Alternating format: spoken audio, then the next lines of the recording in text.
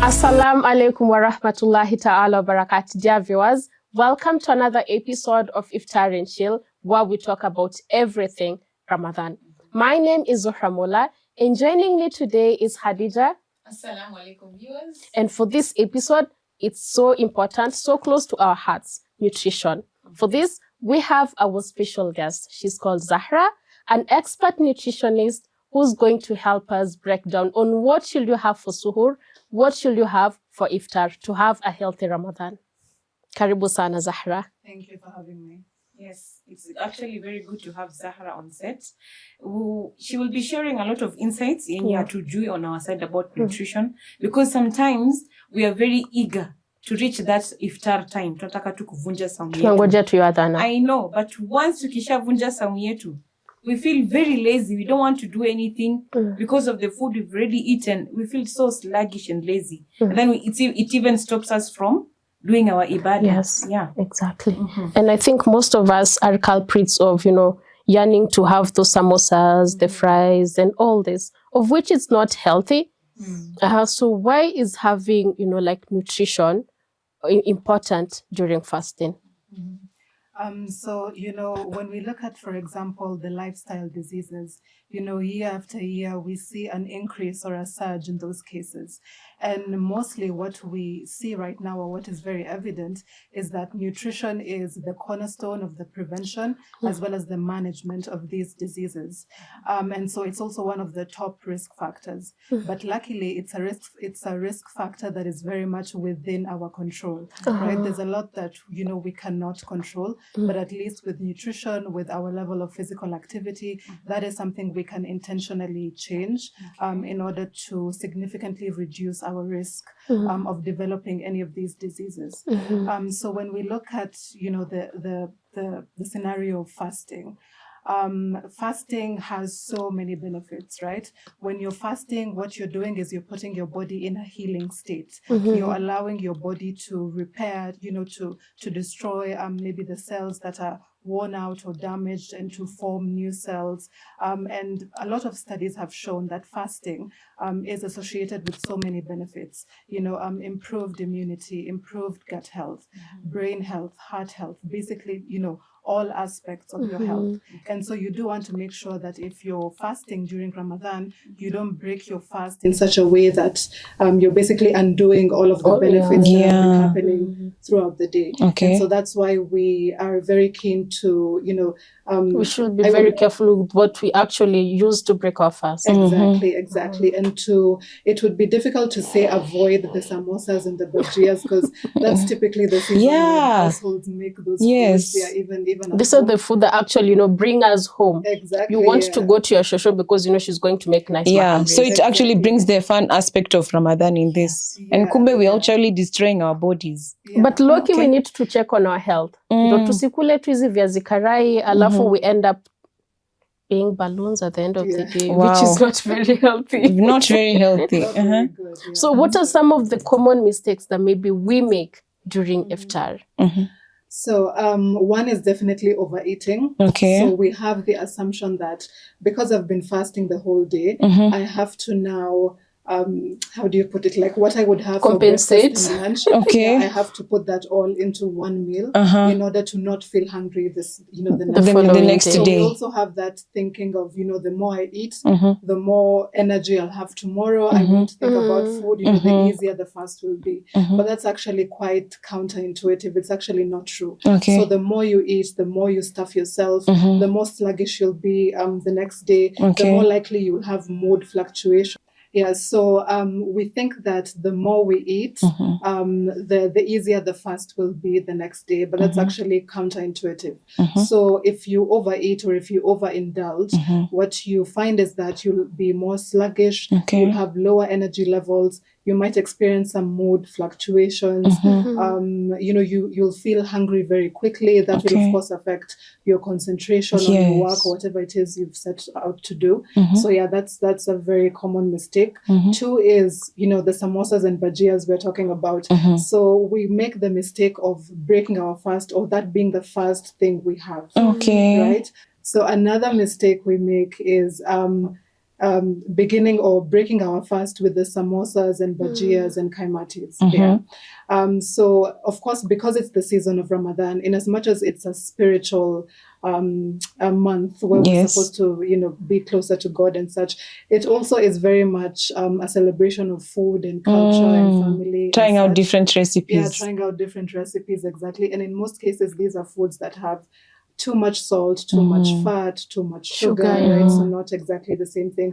Very, very low in fiber, so not exactly healthy as well. Okay. And so the mistake we make is that being the first thing we have, rather than that coming at the end of the meal. So it's like almost having it as, the way you'd have a piece of cake as a dessert. It comes as the last thing, right? Okay. So actually start with the healthy food, with the oats or the porridge, right? With the fruits and the vegetables. And then let the fried and the sugary foods come at the end. last. But also at a small portion, not very big chunks. Yeah, exactly. Because if it's a dessert, definitely. It's a small plate and just a small, just a few small pieces. piece of cake. Yeah, one piece of everything. So that will also just helps to significantly reduce your chance of eating too much of those foods, because you'll already be quite full from what you've eaten. Yeah, that's very insightful, because it kind of brings me to another one of these misconceptions around the street or just out here. Like the way she put it, like, let's have the ideal healthy foods first, and then the other ones can come after, but very small portion.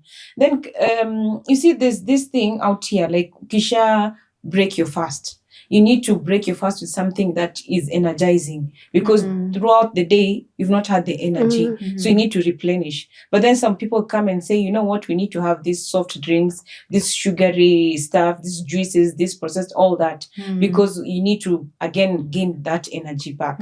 Is that a misconception, or is actually something we need to go into?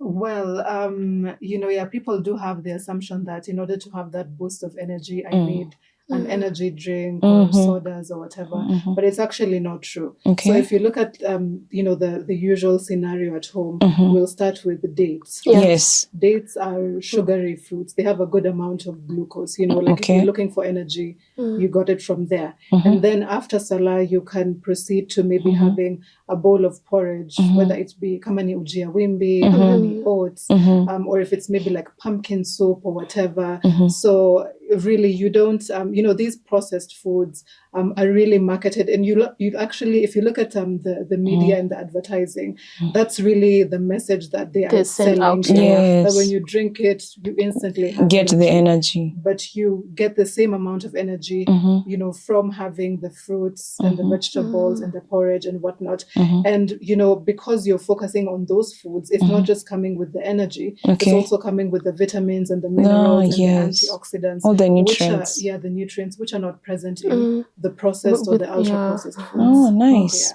No, you spoke about, like when we overeat, thinking that we will not feel, or rather will feel less hungry the following day, which is just the opposite. What usually happens in our bodies, because you'll find other people that'll be like, me, I'm not even eating suhoor. I'll just eat iftar, and it should take me the whole day. What usually happens in our bodies?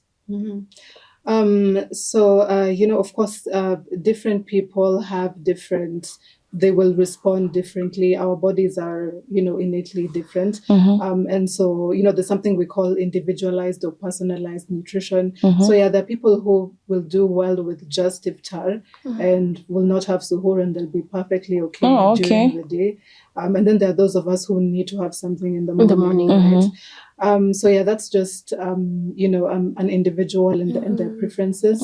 But when I talk about, overeating and what that does, is essentially when you overload your body with too much food. And usually when you look at the Kenyan culture, our plates are normally, carbohydrates will take most of the plate, and then just a bit of vegetables, just a bit of kamani. And 3 pieces of nyama. Precisely. Yes, precisely. So what happens is when you overeat, particularly with the carbs, when you overeat, there's something we call a glucose spike, right? Where your glucose levels Rises up very quickly and then fall very quickly after a short period of time. And so usually that is what happens when you overeat. And so the risk with that is that you experience more sluggishness, you feel hungry very quickly, basically fatigued, you're not able to concentrate on your work. And so, looking at the portion is really important. Oh, okay. Yeah. Because that's very interesting, yes. You've said about overeating and all that, and us, these Africans, the stereotypes out here. But then you see, on this other flip side, there are actually people who don't actually eat out here. Like Ramadan is an actual opportunity for them to diet and lose weight. To diet and not even eat that much. Like because during the day, maybe this person has a very busy schedule. She would tell herself, okay, you know what, I need to eat breakfast because I need to have energy for the day. I need to eat lunch. I need to eat supper and all that. Okay. Or maybe she takes 2 meals a day. But you'll get during Ramadan, it's an actual opportunity, so I don't have to eat that much. You'll find that maybe during iftar, she'll just have a date and just some water and just maybe a fruit or something. And then just stay the whole time. Even suhoor, when she wakes up, she'll just have some, I don't know, dates as well and water.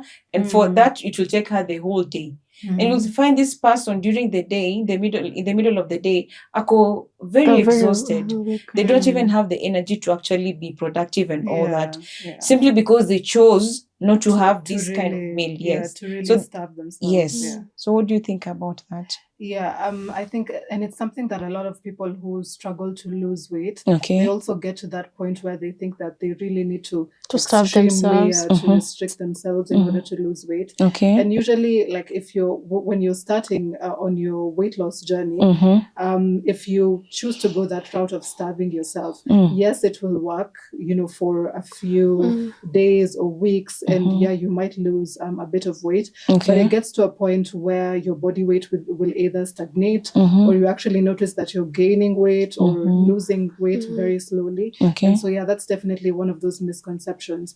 So even though you want to lose weight, it doesn't mean that you starve yourself, right? What happens is, our bodies are, when your body isn't getting the nutrition and the energy that it needs, it will hold on to the little food that you give it. Yes. So that's where the gaining weight and the stagnation happens. Okay. So it doesn't mean that if you want to lose weight, you need to starve yourself. You actually do need to eat in order to lose weight. Yes. But there needs to be a balance between eating and fasting. Because there's the metabolism you activate when you're in a fasted state. When you're eating. And then there's the metabolism you activate when you're in a fasted state. So there needs to be that balance. Oh, okay. No. So what would be like an ideal suhoor for someone who has to at least eat something in the morning? Yeah, so for the pre-dawn meal, what you have for suhoor really will determine how your energy levels will be throughout the day, your mood, your level of concentration, and so on.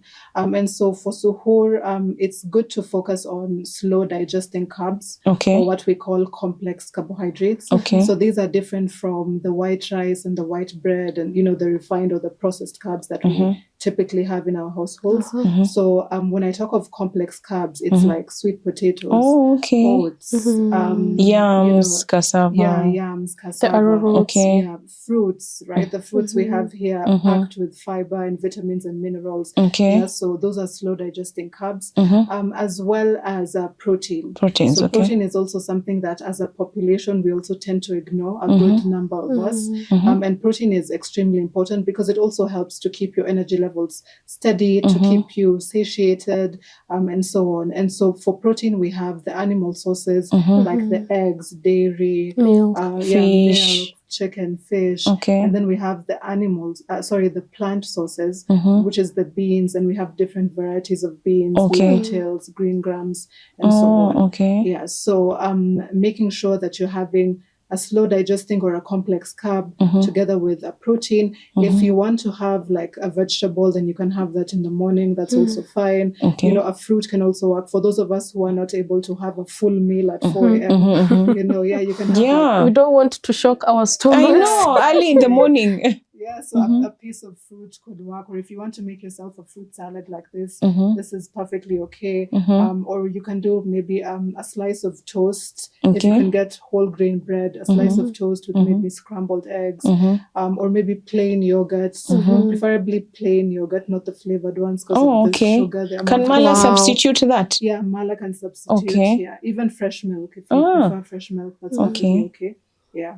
Oh, that would be nice. Before we go on a short break, what do you think the nuts should fall under which category? Like, do we eat them during iftar?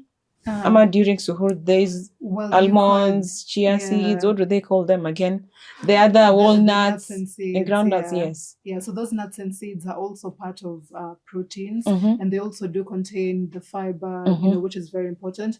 So you can have them either way, however way you like. Like, for example, if you're going to have the plain yogurt, you need a bit of flavor, so you can add those nuts. You can add pieces of fruit into the yogurt. If you want to also snack on the nuts after iftar, that's also perfectly okay. Oh, nice. That looks like a yummy suhoor. I know, and healthy at that. Yes, kwa wale wenye mnahofia kukula suhoor, that is quite tantalizing. Like it's something that you'll want to have anytime, especially at suhoor. So we have looked at suhoor. We are going to take a short break, but when we come back, we'll be looking at why this food during suhoor, and we'll look at what your iftar ideally should look like. See you after the break.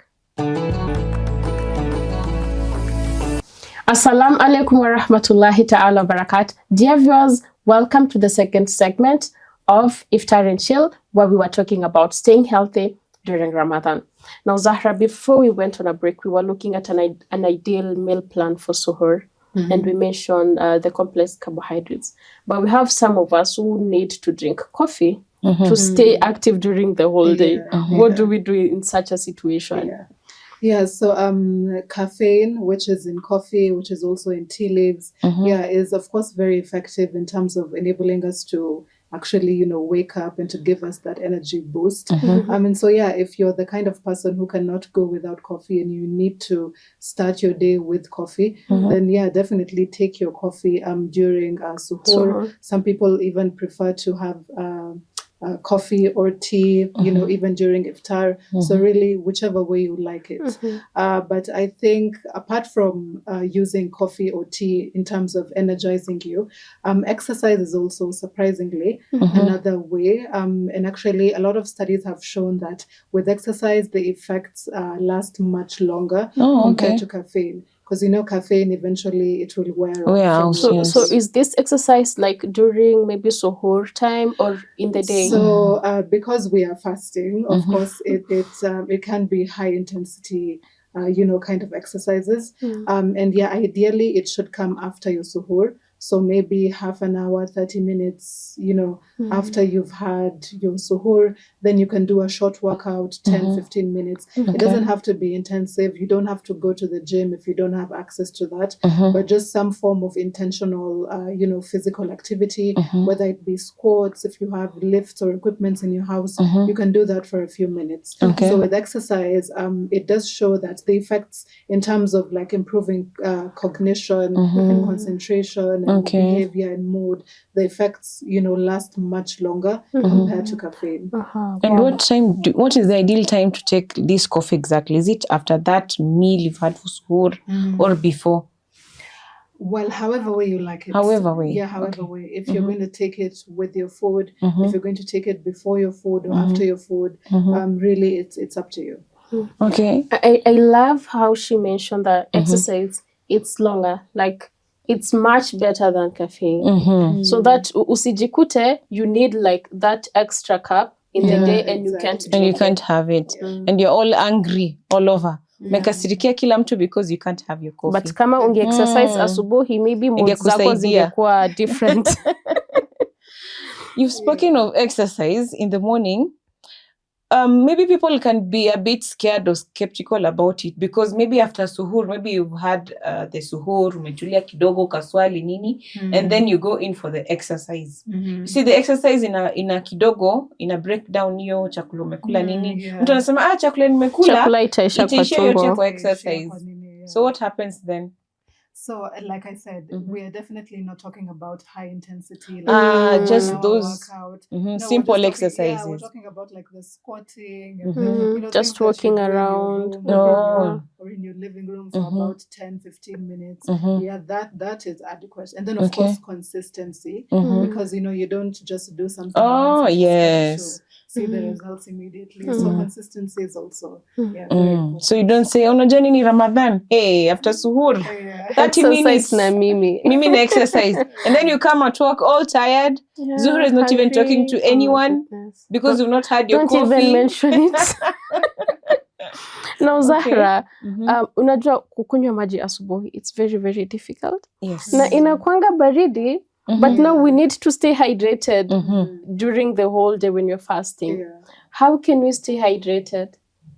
Yeah, so hydration is one of those gray areas, because we are fasting the entire day. And then we have also the daily requirements of what we should be having. 8 glasses or 1.2 liters. So that's actually, it's a myth. It's a misconception. It should actually be more than 8 glasses, right? Oh, so for women it should be around 2.5 liters. 2.5 for men close 2.5 liters, guys, on a daily basis.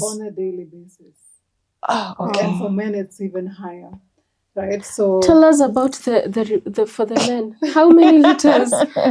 For the men it's about 3.5, so close to 4 liters. Of water. Okay, how are we accomplishing this? Guys, you heard it from an expert. If you're a woman, 2.5 liters. If you're a male, ideally 3.5 liters. Wow. Also, I should say, if you're someone who is living with maybe kidney disease or hypertension, or conditions where there's an accumulation of water, then definitely that does not apply to you. So just the normal kawaida person. Like the normal person who doesn't have any issues. But hydration, very important. So what you can do, of course, it's not advisable to, take, let's say, a liter of water all at once. Okay. So usually what we advocate for is having sips of water throughout the day. But because we are fasting, so we only have that period of suhoor and iftar. So it's really trying to maximize, or sometimes, we don't really focus on how much water have I taken. And so especially during iftar, because we have quite some time, yes. hours, so you don't really have to meet the 2.5 if you're a woman or the 3.5 if you're a man, but at least try to get somewhere closer to that. And then something else is adding salt to our water.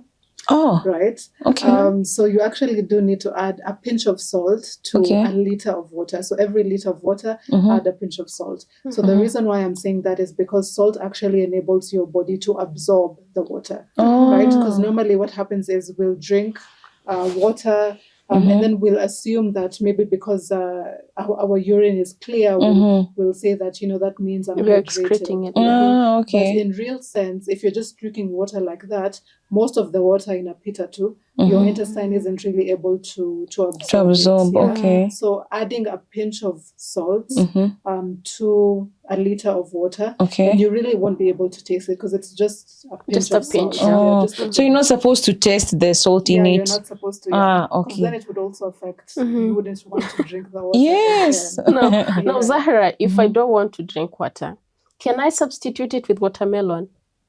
Yeah, you can, So we have like watermelons here, we have pineapples. These are fruits that are quite high. They have a very high water content. And so, you can't substitute, because how many watermelons would you have? A piece. A piece for 2.5 liters, Zuhra. So we can't really talk of substitution, but you can maybe increase your intake of these high water fruits. But you still need the water. Oh, okay. That's quite insightful. I know. I liked the pinch of salt in water. Because I was worried about that. Like lazima ionje hiyo chumvi ndani ya maji. Kwani Khadija unataka kutibu tumbo? No, it's because unajua venye amesema the pinch of salt actually helps in absorbing of water inside our body. I didn't even know that. And the retaining as well? Yeah, exactly. So when I talk of absorbing, I mean actually Retaining retaining the water. and your body actually being able to use that water for different things, rather than in normal instances. Most of the water in a pita too, your body isn't really taking up, what it needs. Okay, so even if it's not Ramadan, kawaida, Even just if be it's not putting in a Ramadan. pinch of salt in your water. Okay. Okay, that's Interesting. nice. Now, Zahra, we've had our suhoor. We've tried to stay hydrated during the whole day, and now it is iftar time. What should we start with? Yeah. So, of course, we start with the sunnah, which is the 3 dates or more, with a glass of water, and then we pray maghrib. And then what should ideally follow after is you could have maybe a bowl of oats or soup, something light, because you've been fasting the entire day. So if you want to begin with that, that's fine. And then you can now move on to the main meal. Oh, okay. So that can look like ugali, namboga, na maybe nyama or chicken, whatever that is. It can be rice with a bean stew, with vegetables and your fruits there. Yeah, so really nothing complex, just the foods that are easily accessible, that are readily available to you. So where the focus should be is how your plate now should look like, right? So half of your plate should consist of vegetables and fruits, okay? And then 1/4 of the plate should be taken up by ideally the complex carbs rather than the simple carbs like the white rice and such. Although if that is what you prefer to have, then that's perfectly okay. But 1/4 of your plate should be the complex carbs, and then the other 1/4 of the plate, proteins. Whether from animal sources or from plant sources. So what we typically like to focus on a lot, or what we advise patients to do, is for most of your calories or most of your food consumption to come from the plant-based foods. So the whole grains, the fruits and vegetables, nuts and seeds, herbs and spices, by the way, also have so many benefits. Yeah. And so that is what we consider or call plant-based foods. So these foods are high in fiber, right? Fiber will feed the bacteria in your gut. And the bacteria in your gut actually plays a very big role, not just in the health of your digestive system, but even in your overall health, your heart health, your mood, and so on. So it has fiber, it has vitamins and minerals, which carry out so many processes in your body. It also has the antioxidants, right? Which we know destroy those unstable compounds that are, for example, are linked to cancer and inflammation and such. So basically, there's so much benefit with these plant-based foods. And then, of course, you can have red meat, preferably the lean cuts. Yeah, we call them easily steak ambazo, mafuta imetolewa. You can have chicken and fish, definitely. When it comes to even like the type of oil to use when you're preparing your food. Well, not all of us can afford olive oil. Yes. Yeah, but we do have the seed oils like the sunflower, the corn oil. Those ones are also very good sources of omega-6, as well as omega-3. So when we're looking at our plate, when you make gawa hivyo, half vegetable and fruits, and then the complex carbs, and then the proteins. So which is the number one thing? Tunaanza na gani? Tunaanza na hizi proteins, tunaanza na carbs, tunaanza na fruits, ama tunaanza na vegetable, ama tunakula tu zote pamoja? Bora tukule zote zitakutana kwa tumbo. So which one is the first one? Well, yeah. So I feel like it depends on what you're eating also, because if you're going to have like ugali na mboga na nyama, and then ukikula mboga kwanza, then nyama next, so what will you do with the ugali? Will you eat it? No. You get me? But yeah, there is that instance where if you can have like a salad or vegetables as the first thing before you now proceed to the main meal, it actually really does help, especially for people who have like diabetes and the blood sugar is misbehaving kidogo. Ukianza na hizo mboga, the fiber really helps to slow the breakdown of every other food you take in next. So that really helps to control the entry of glucose into your body. Yeah. So if it's an instance where you can begin with the vegetables, then definitely go with that. Okay. But in some cases, it doesn't really work, so just kula tu vile tu unakula kawaida. Bora zikuwe incorporated zote Ukwe a hapo. balanced meal. Okay. Okay, now Zahra, we have some of our mamas, our sisters who are expectant. And for them, they're like, I'm going to fast. I tried the first pregnancy, it worked. So maybe this second one will still work. What advice can we give to them in terms of staying healthy during this time? So during Ramadan, everybody wants to fast. You don't want to be left behind. Yes. And well, what we typically advise expectant women is, not to fast. Okay. Whether you're in your first or your second or your third trimester, your baby needs full nutrition. The nutrition is a very big part of ensuring your baby actually grows well. Yes. And, even once you've delivered, making sure that you've delivered a baby who is healthy, who doesn't get sick easily. So nutrition plays a very big role in that. Okay. And so it is advisable not to fast if you are expectant. However, at the end of the day, it is really your choice. Nobody can force you. But the best thing to do would be not to fast. And even when you're breastfeeding, by the way, also because you are feeding your child. Yes. Unless your baby is maybe 6 months or older. But ideally, even when you're a breastfeeding mom, you shouldn't fast. Oh, okay, that's nice. I hope our dear sisters, you've had.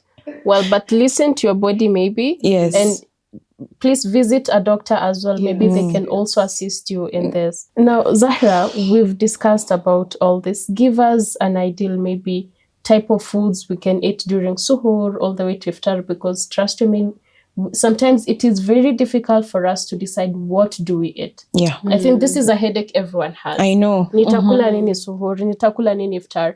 Na ukijikuta you don't have anything, you're like, si pita tu. Exactly. It's just a few hours. So,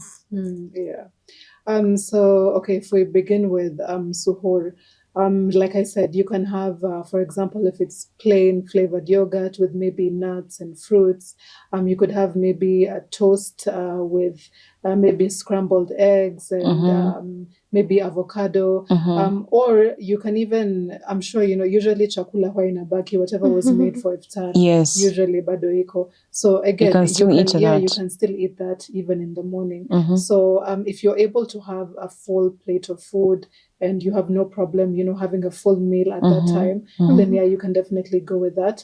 Or if you're someone who, you're just able to have just a small amount of food. So basically just go with what works for you, your preference, and what is available. So also don't stress yourself a lot about, I'm not able to afford this, I'm not able to get this. Really, it's all about just work with what you have, what is readily available and accessible, and then just use the principles that we've talked about, basically how your plate should look like and what you should focus on more. Okay.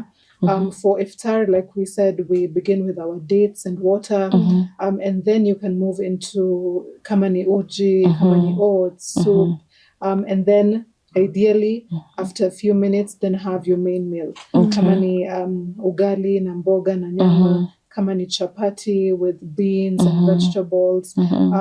Really, however way you want to, or just using whatever you've made during the day.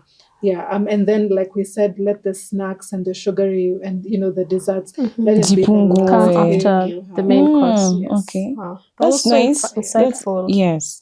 But you've spoken about that. You see, the way you mentioned about the pregnant ladies, it kept me thinking. You see, we have people in different professions. We have people who do like hands-on work, like those technical, like the mjengo people. We have people who just go 9 to 5 work, just seated in the office. Of course, they will not need the amount of energy these other people need.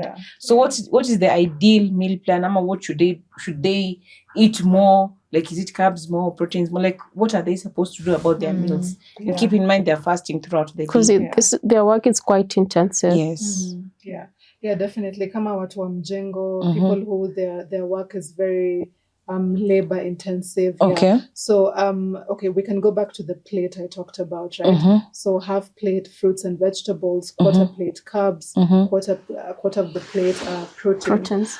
So this is just a general guide. So definitely based on your level of physical activity, your requirements, maybe if you have any chronic or lifestyle disease, definitely your plate will change, right? So for someone who their work is very labor intensive, they definitely need more carbohydrates for sure. They definitely need more protein as well, because remember, protein is helps to build the body. muscles and all of that. Yeah. And so for in that instance, definitely sahani yao itakuwa tofauti. They'll have more ugali or more rice. They'll have more proteins. Yeah. So it really depends on where you're at, what your goal is, what you're trying to do, how active are you during the day. Yeah. Okay. That was quite insightful. Yes. Well, dear viewer, that brings us to the end of our episode today, where we're talking about nutrition in Ramadan. So stay healthy, stay hydrated, and Ramadan Mubarak. Ma salam.